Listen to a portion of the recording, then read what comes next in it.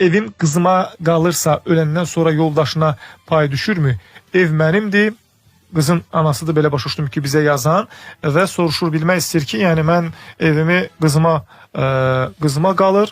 Belə olan halda sabah misal üçün yoldaşı ilə hansısa bir arasında evini qızına əgər o bağışlama ilə verəcəksə, əvəzsiz əqləbə bağışlayanlara bildirməlidir ki, mən buna qızıma, ailəyə bağışlamıram. Qızımın özünə bağışlayıram, şəxsən özünə bağışlayıram. Bu çünki çox önəmlidir, hə, bu məqam. Bəli, bu çox önəmlidir. Biri var qızının ailəsinə bağışlayır ayrı olaraq. Burada həm qızının yoldaşının hüququ yaranacaq, həm də qızının hüququ yaranacaq.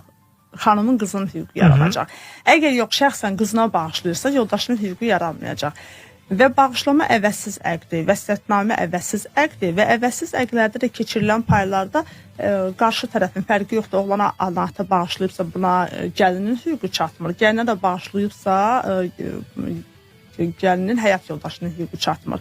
Amma ana bağışlamanı müəyyənləşdirməlidir ki, qızına bağışlayır, yoxsa qızına ailə olaraq bağışlayır, ailəsinə bağışlayır.